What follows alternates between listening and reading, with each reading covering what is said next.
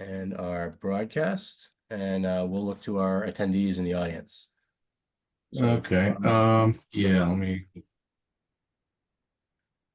Okay, Tom Hughes, all right. Well, it is 6:45, so let's bring this meeting to order. This is the September 17th, 2024 Newburyport Conservation Commission meeting taking place on the Zoom platform. This meeting's being recorded. The first item on the agenda are the meeting minutes from August 20th, 2024. Andy, do you have those, Andy? I do. I can pull those up if you'd like.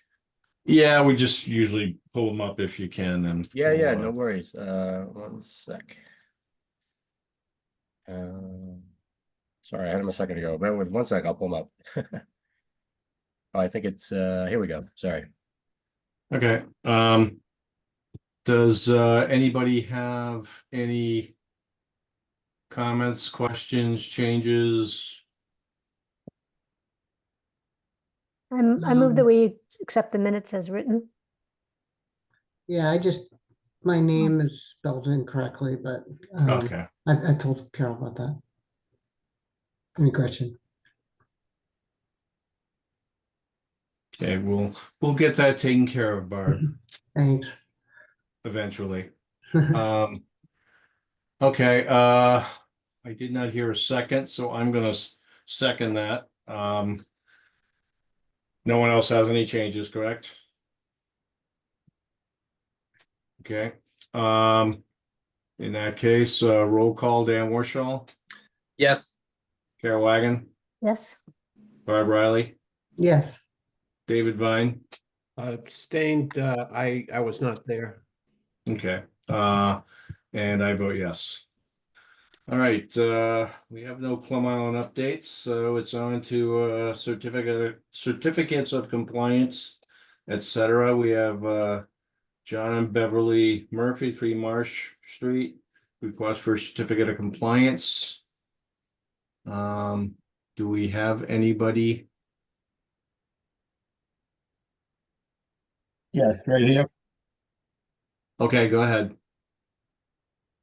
My name is Brett Murphy. Speaking for my parents, and we wish to be able to request for the certificate of compliance for our project. Okay. Doesn't seem like, does anybody have any questions about this? I think Or- there was just some minor changes, right? Propane tanks. Yeah, that's Yes. what it looks like.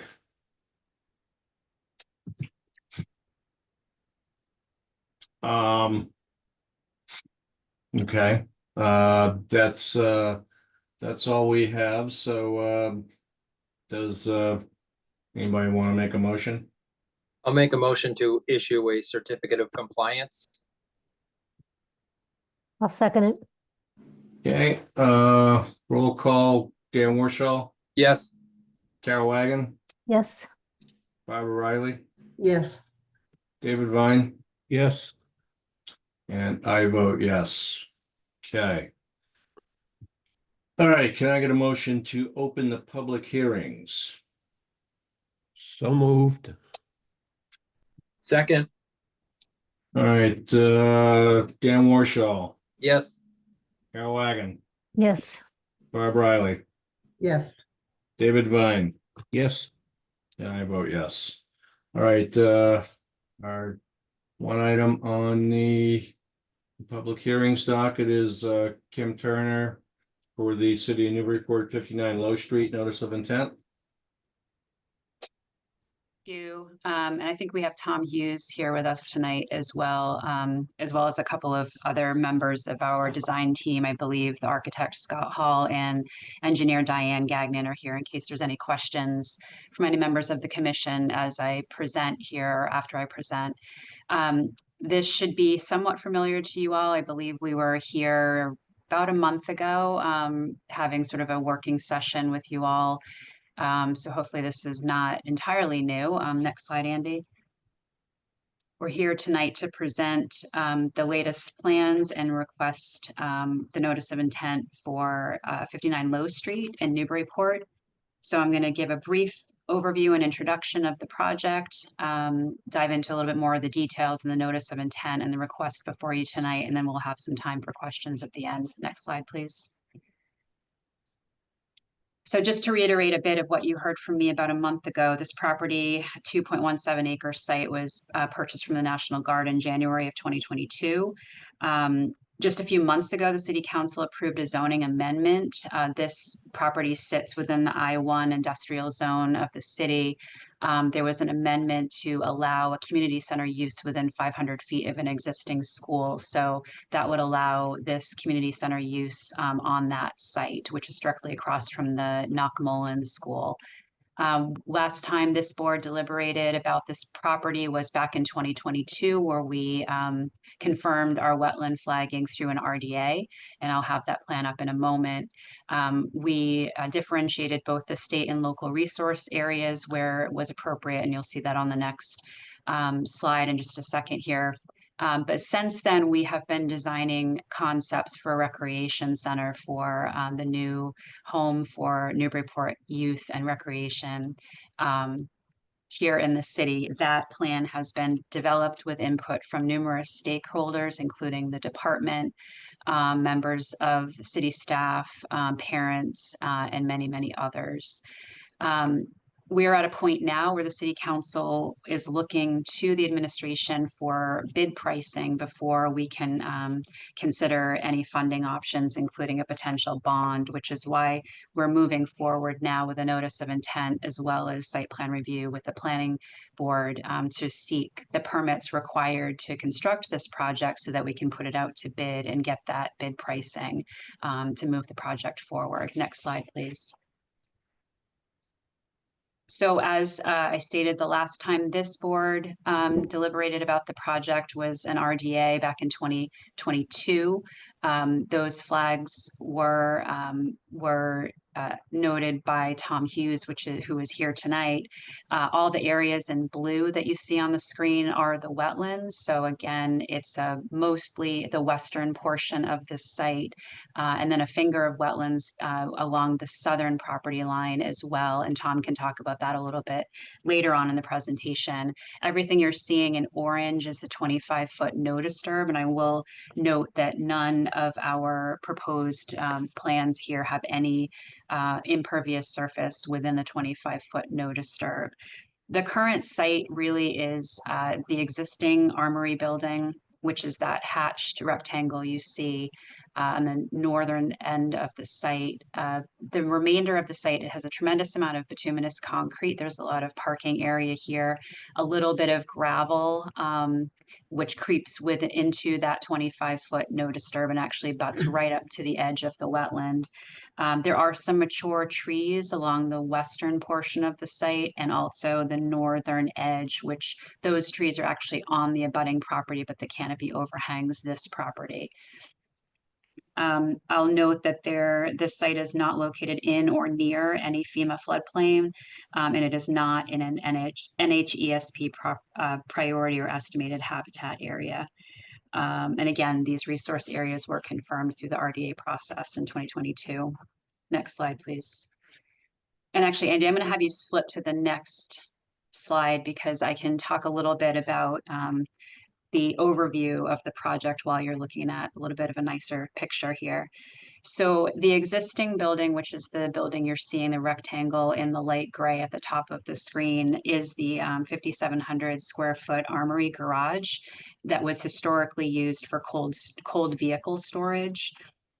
There is a small garage bay on the right-hand side of the building as you're looking at the screen, and then a double garage bay on the left-hand side of the building or the western side of the building, which has a larger garage bay. The whole center portion of the building contains office space, a kitchen, bathroom, and mechanical space. DPS Parks Division is currently using the existing building. The idea is to repurpose that existing building down to the studs, but maintaining the two garage bay spaces as they are to add office and program space for NRYS.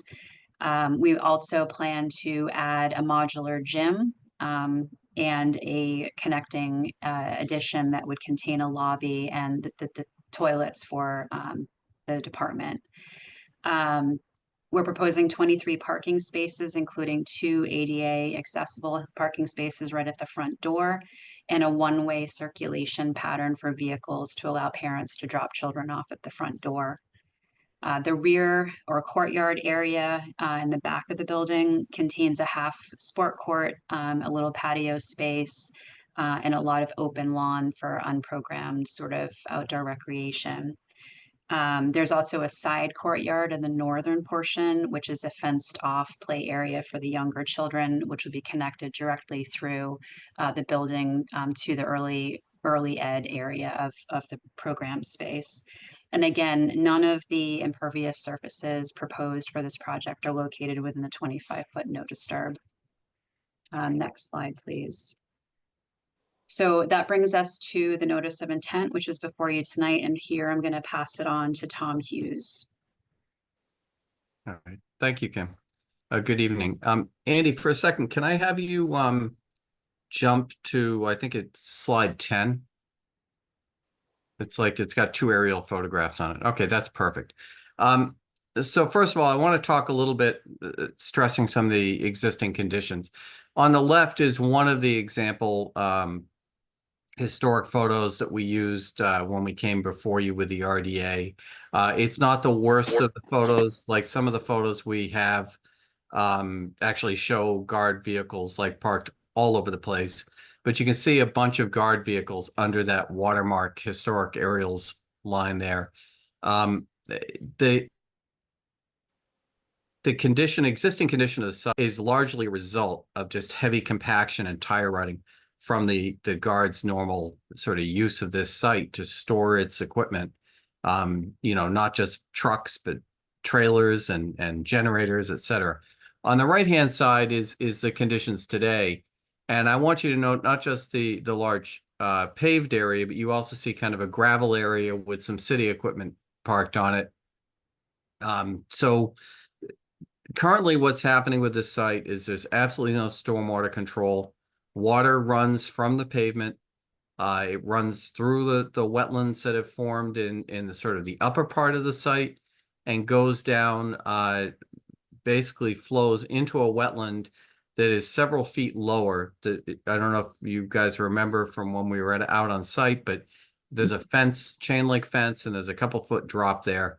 And then there's standing water wetland, BVW, back there with some upland areas. So currently, you know, the site is more or less devoid of any real woody vegetation within the area that we're proposing to do work. It has no stormwater controls and not a significant amount of biodiversity. There are some woody plants that are kind of just along that southern or southeastern property line, but not a lot to speak of. If we can maybe go to the next page, there's some ground photos just to, again, to give you an idea of sort of how this site looks today. All right, that's good. And if we can go back now to the site plan, which I think is slide 7. All right, so that one right, no, down 2. Sorry, thank you. So I also want to note within the building, you can see where it says the first floor equals 24. You see kind of a rough triangle around that. That is the only portion of the site that is not within the 100-foot buffer. I want to point that out only in that this is kind of like if it were horseshoes, you wouldn't even need to grant a variance, which is part of our request, because we'd be close to having a site that's entirely in the buffer zone. The ordinance does give flexibility to you for sites that are entirely in the buffer zone. That little triangle precludes that. What I want to point out, and I think this is a good view to see it, we are adding significant stormwater controls to the site.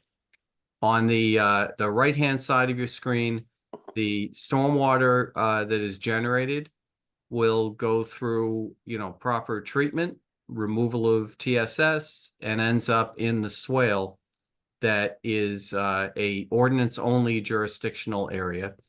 And then that will flow down, through the swale system, etc. The stormwater bifurcates and the rest of it kind of heads towards the back into a planted stormwater basin. And then we run some roof runoff into a rain garden that is in an area right along the chain link fence that is really dominated right now by invasives where there is woody plants. So first of all, we're bringing a lot of, really good stormwater controls to this, providing treatment, cleaning up the water before it then continues to flow into the wetland as it currently does. This has been reviewed, I believe it was done by Phil for the planning board, and pretty much a clean review. I think his biggest comment was that John Eric had not stamped the plans. When we submitted, John Eric wanted to wait until we had a clean peer review and all the changes were made before he stamped the plan. So we can do that. That's no problem. The other thing I want to point out is if we can go down one or two to the landscape plan. Right there. So in addition to providing stormwater treatment, we're adding a lot of biodiversity and woody vegetation into the site that gives the by improving the buffer function through this vegetation, we're improving the quality of the wetlands that are there. What we need the variance for, and I have to say I included in my narrative, there is some language within the ordinance that may give you flexibility where you don't have to give a variance. You can review that discussion, but there is language that when you have a site that's already altered and you really can't do the project without altering within the 25-foot, that it gives you guys the freedom to allow it. And I want to point out, we're removing I think it's 1,940 square feet of gravel from within 0 to 25 feet. We are installing stormwater features in those areas. We do increase the amount of impervious within 25 feet of the swale, but within 25 feet of the BVW, we're actually going from 173 square feet of impervious area down to 0. So I believe we meet that provision where you may not need to grant a variance. You may have the flexibility to approve it. I will leave it up to your judgment and the judgment of your staff. But we have included a discussion and a variance request where we talk about the public benefit of the project. There's a clear environmental gain here, both from stormwater and from habitat. And of hardscape, whether it's pervious or impervious, in close proximity to the BVW, especially. The project from a wetland point of view is a good one. It leaves the site, even though we are adding in some area further away from the wetlands and we're putting a lot of parking up near Low Street, it leaves the site with better buffer zone function, which ultimately results in better wetland function. So I think it's a major improvement. There is a table included in your packet. It's also on the prior screen, so maybe we can just jump or maybe 2 screens up, Andy, the NOI intro one. Okay, so if you look there, between 0 and 25, we go from 173 to 0, 25 to 50. It's a very slight increase in impervious. And then 50 to 100 is, again, a pretty slight increase on impervious as relates to the BVW. On the swale, it is more of an impact. It's 0 to 405 impervious, 801 to 1682 in the 25 to 50, and then a slight increase in that 50 to 100.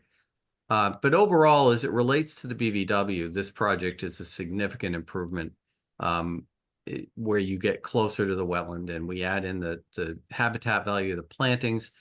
We also are going to be doing some mitigation in terms of removal of some invasives, and Kim will talk to you a little bit about that. I do want to note, we also did look at whether or not we could figure out something to do on the other side of the fence, which the commission has mentioned in the past they'd be interested in us doing.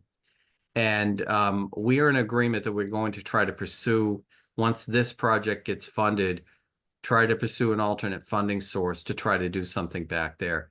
But for now, what we're trying to do is focus on the area on the Low Street side of the fence and improve its function from a wetland buffer zone point of view, from a wetland point of view, and provide the city with a facility that can provide the youth programming that they need. So I think what I'd like to do now is maybe we can go to the landscape plan and have Kim go through the plants that she's chosen and the overall sort of landscape program here. Great, thanks, Tom. Yeah, just very briefly, can sort of speak a little bit about the plant palette here. You know, this is majority native planting. So at this street, we've got red oak. In the back of the property, we have white oak. Near the planted stormwater basin, there's native river birch, as well as a serviceberry at the back of the building and some flowering dogwood at the front of the building. And then that planted stormwater basin that Tom mentioned, as well as the rain garden in the back, which adds additional mitigation beyond sort of what was required by the stormwater regulations, is planted with a combination of native woodland plants as well as you know, pollinator herbaceous plants, including summer sweet, red osier dogwood, witch hazel, winterberry, chokeberry, little bush blueberry, coneflower, New England aster, rudbeckia, and bee balm, as well as some other plants as well. So again, the intent here is to both sort of treat the stormwater as it enters into these stormwater features to, you know, output clean water into the wetland, as well as sort of improving the ecological benefit along the whole property towards wildlife and such. So that's sort of the gist of the landscape plan, and I think that sort of ties up our presentation. So we can go to any slide now, either the last one, Andy, or maybe the illustrative site plan on page 6. I leave it up to you. Yeah. And we can open it up for questions. Yeah. Kim, I just do want to add, we Sure. do not yet have a file number from DEP. Okay. So what we're hoping to do is get any questions or feedback from the commission, from the public, from anybody, you know, tonight.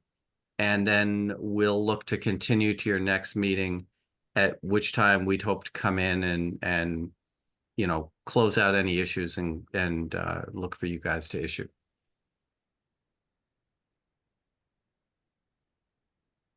Okay. Does the commission have any questions at this point? I'm wondering, do you have any concern at all about flooding, since there's been so many issues around flooding in the industrial park generally? I know you said that you don't seem to be worried about it for this site, but I'm wondering what sort of projections you've looked at in terms of storms.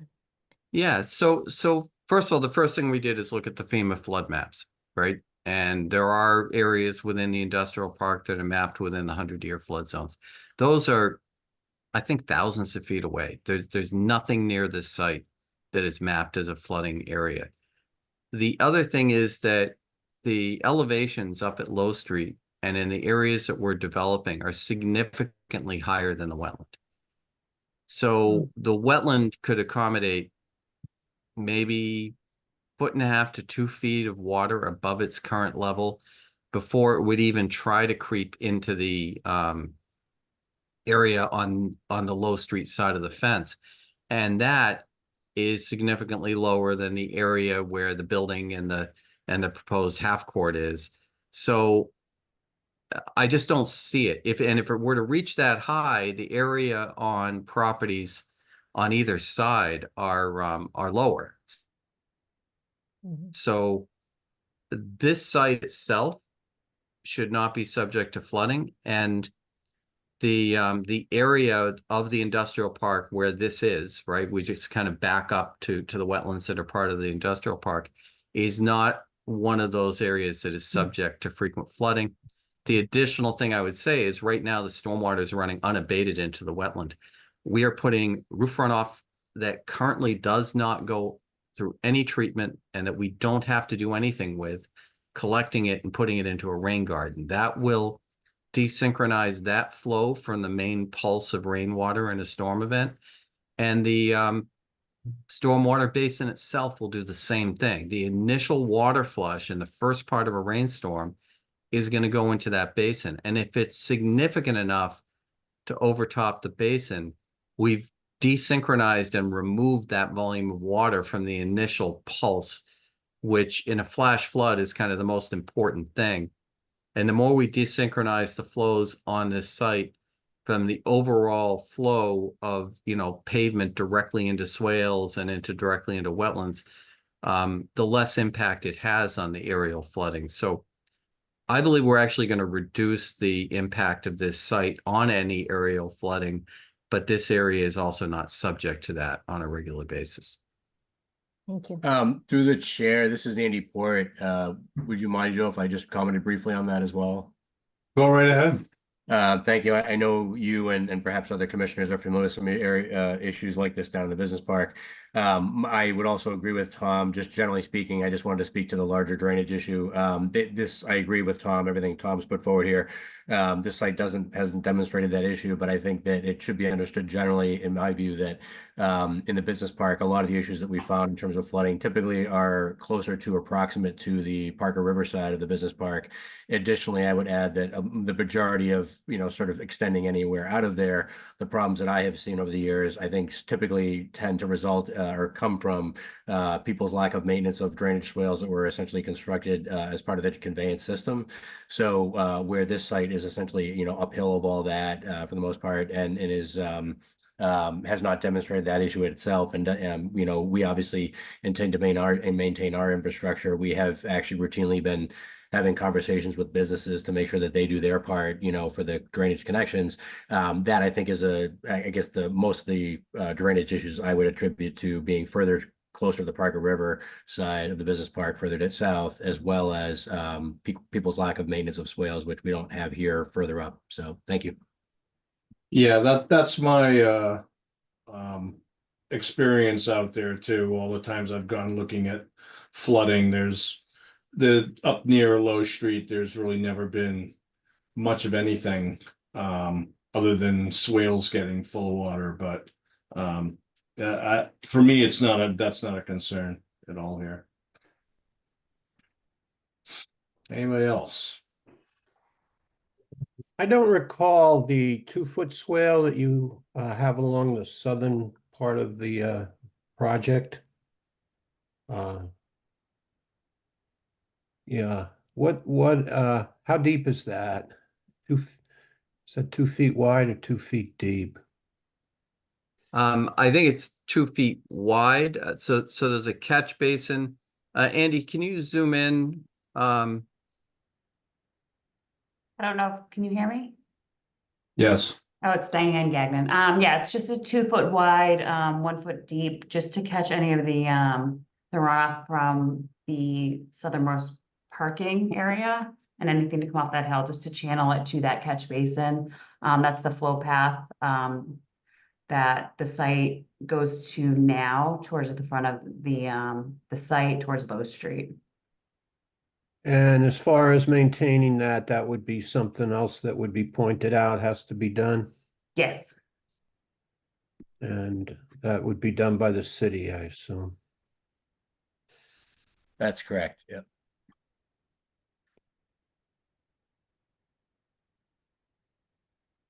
Okay. And as far as the snow storage area, is there any potential for that to, as it melts, flood beyond what you got going there? So we've been told by DPS, we've been working closely with Wayne Amaral and others at DPS that the snow storage is more meant to be a temporary storage after large storms to get people back in the building. But their intent is to truck the snow off site. Yeah, because it does seem like a relatively small area. Exactly. There that all. Okay, so and what would happen if in fact it did, you did get a mountain going there? Would that I guess it would probably find its way into the stormwater basin eventually. Would that be an issue? Diane, do you want to answer that one? Sorry, just unmuting. As far as the snow going to the stormwater basin, no, that wouldn't be an issue, especially where there's not a big rain event. So the stormwater basin, we designed that for a 2, 10, and 100-year storm. So the rate that the snow would melt would not, overtop that basin. Okay. And I'll also point out that if it did overtop, say we got a big rainstorm with melting snow, it would essentially be what would happen now. Right now, there is no snow storage area. They just plow to the back, closer to the wetland. It doesn't go through any treatment. So the condition as built will be way better than the current condition with the same scenario. They still have to plow that lot for parks. If I could, this is Andy again, if the chair wouldn't mind. Yeah. Just briefly, I was also going to note, just because the city also has the powder house area, there is some additional essentially storage area that could be utilized off of the parking area. I know that's always something from a parking management and, and sort of trying to get access as well as having snow storage. I think there's plenty of flexibility, I guess, just thinking about the right of way width and in this, directly adjacent and offsite area that's sort of going back into that swale anyway. So in my view, I think there is some space there, even aside from on the direct parcel itself.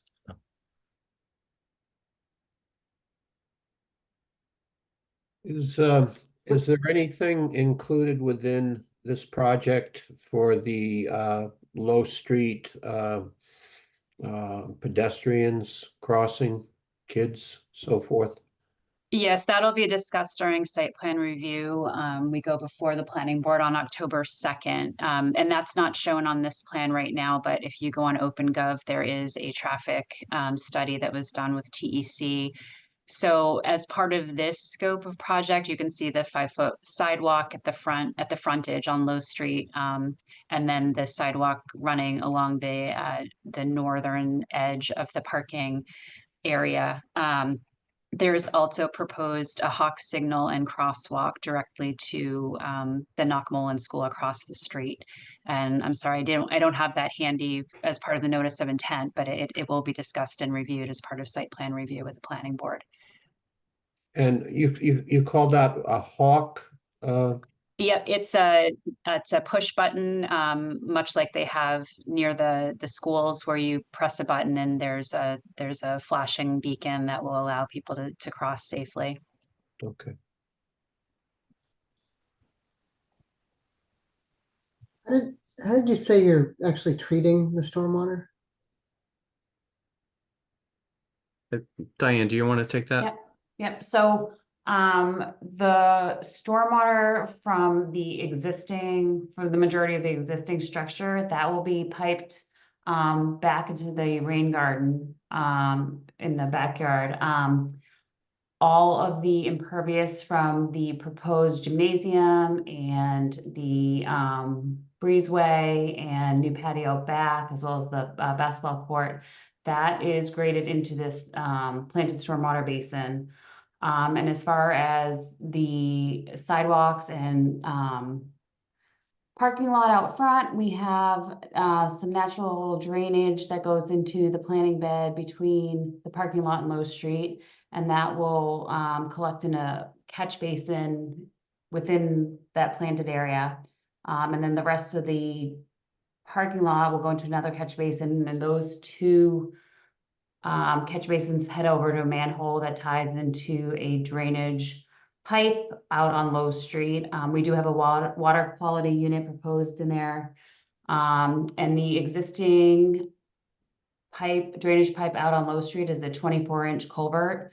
If you head north of the site, that is an open drainage swale, and right before our site, we do have a head wall, and the drainage there goes underground. And that pipe extends all the way down the Low Street to just before the charter school, where it opens up again into an open drainage system. So it's going to different places, not all the Yep, water's yep, going into the so- basin. Yeah, so as it does today, the majority of the front of the lot heads out front towards Low Street, and the rear of the property heads out back to the wetland out there. So as part of the design, we mimicked a lot of what was going on there. And as I said earlier, we designed for a 2, 10, and 100-year storm, and part of that design, we can't have more flow coming off the site in the post conditions as the pre conditions. So that was how we modeled the design. So the treatment, the actual treatment of the water is really just more of a natural vegetation, like the water's in the basin, or I mean, So yeah, the treatment out front would be your water quality unit as well as your swale and your vegetated area, and in the rear, which catches all the new impervious from the gymnasium and the patio, basketball court, and foyer, that goes directly into the planted stormwater basin. So like for salt and sand, from de-icing, is Yep. So that that'll go into the catch basin in the parking lot, and that will need to be cleaned out as other catch basins throughout the city as a standard practice. We shouldn't get any salt or sand out in the stormwater basin. Mhm.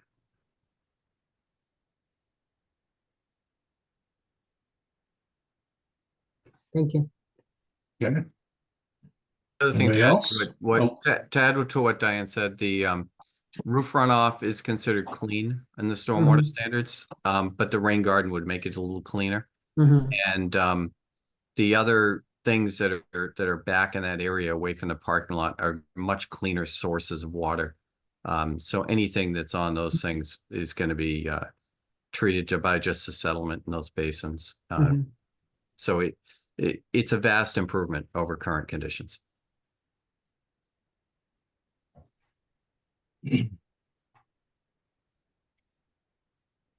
Okay.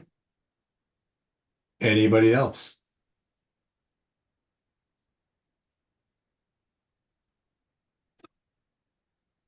Okay, well, obviously we can't vote on this tonight since they don't have a number. And I would ask the public if they had anything to say, but it is just the consultants who are attending, so so do you guys looking for a continuance to the 1st, or do you want to wait till after the planning board meeting, or what? We leave that up to you, honestly. We expect the planning board, they're reviewing the waiver requests on the 2nd, and then we'll do a full presentation 2 weeks after that. So I think whatever the board or the commission would like to do is fine for us. Okay. This is Andy again, if I could just chime in briefly. Being at the planning board meetings and understanding their process and how things might play out, I'll leave it to you, obviously, as a commission, but I wouldn't expect anything that's coming up at the planning board meeting to alter anything the commission is looking at here, to the extent that's helpful at all in terms of your next date. In this case, I think the question that David had asked about the crossing, pedestrian crossing, I think is one of the more primary focuses, and that will be addressed sufficiently, I think, with the plan as they're presenting it. So I think, their concern is probably more things like parking arrangement and, entrances and so forth up sort of the street side. So Just FYI, even though they won't be opening it until October 2nd, I wouldn't expect it to be necessarily any major concerns from them, but also anything that would change any of the plans that you're looking at here. Just FYI. Yeah. Yeah. And Mr. Chairman, I would say if we were to close and have you issue on the 1st, I think it does help us send a message to the planning board that you're satisfied with the project, that you've approved it, and that it helps, I think, put to bed the site issues. If you guys choose to go to a different date, we would ask you just can have your staff convey to the planning board that you had no significant issues or you were not asking for any plan changes or anything from us Okay, well, as a result of tonight's hearing. I would expect that as a request to continue to October 1st, so I'm fine with that. So long You as okay with everybody that? else is. Yeah, Do we Kim, want you, to do that, or do we want to have the planning board finish first, which was what we normally do? Well, that's something we can discuss. Again, to the extent it's helpful, this is Andy, just to the extent it's helpful, and I can't speak directly for the planning board who hasn't held the hearing yet, but understanding their procedures and processes and areas of concern, I wouldn't necessarily expect it to implicate any areas that you're looking at. So again, I'll leave it to you as a commission, but I wouldn't expect anything that they come to the next night, for instance, having any alteration as to what you're doing here, so.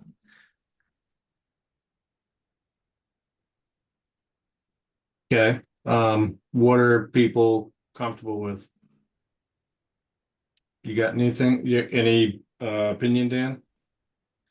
I think it's pretty straightforward. The only issue that we'll have to kind of work on is whether or not we're issuing a variance, and if so, what the reasoning behind that would be. So I'm comfortable going with an October 1st continuance and then just get this wrapped up. Okay. Carol, Barb, you guys good with that? David? Yeah, I agree. That's fine. Yeah, that's fine. I guess the only other thing in that vein, though, would be if by the 1st you don't have a DEP number. Mm-hmm. That would probably be a something that we wouldn't want to go forward with unless that was resolved. Right. yeah, I can't Yeah. do that because we're fee exempt, so they don't have to wait for a check to clear. They just need to log it and issue, so we should be fine. Okay. And we can also cross that bridge when we come to it too. Mhm. So, I'll take a motion. I'll make a motion to continue to October 1st.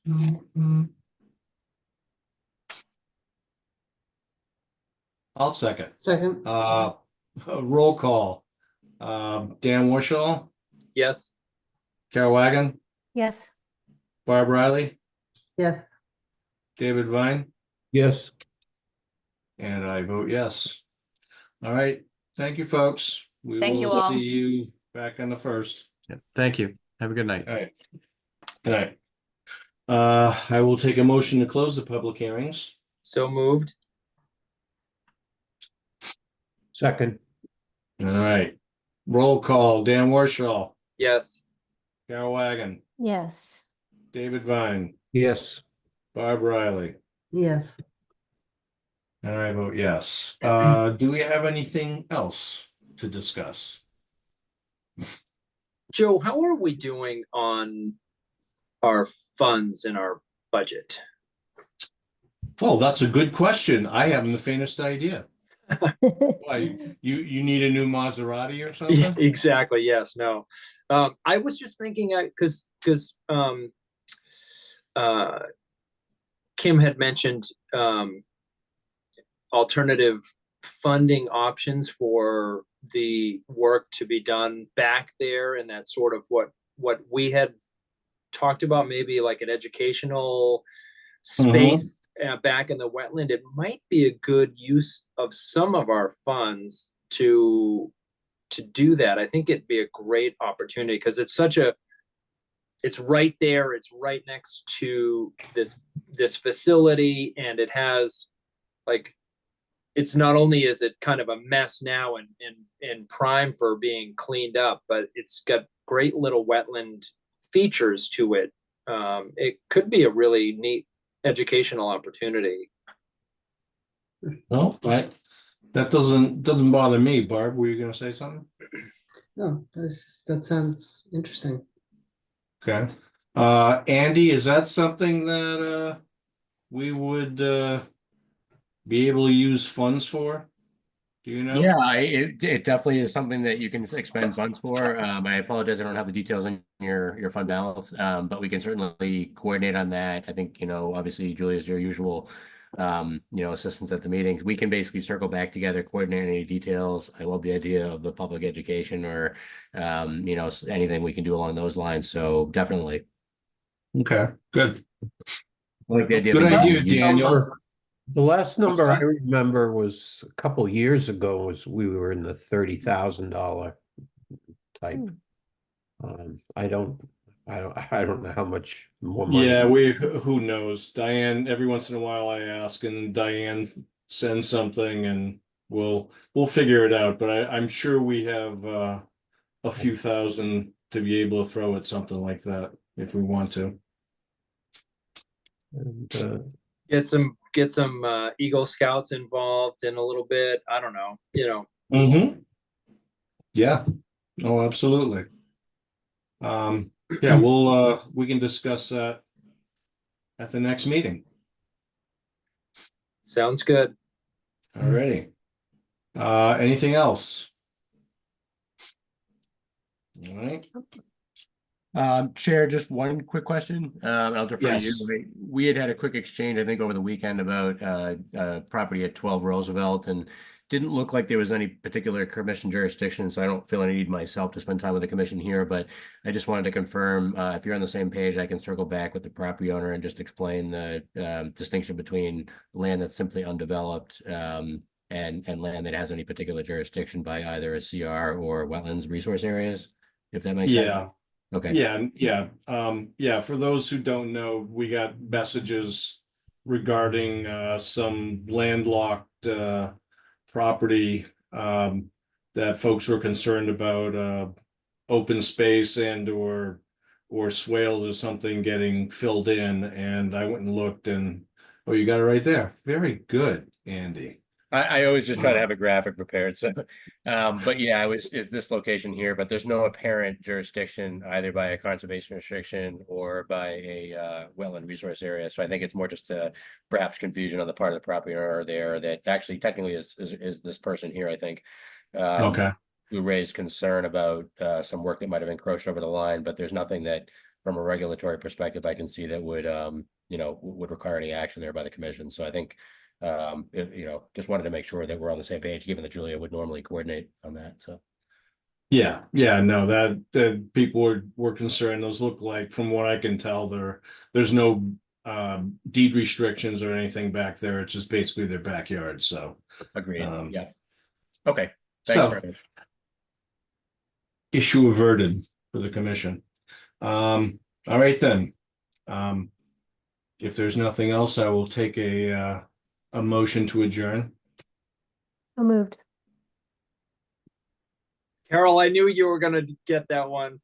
Well, someone's got to second it now. Second, All right. Roll call. Dan Warshaw, yes. Carol Wagon, Yes.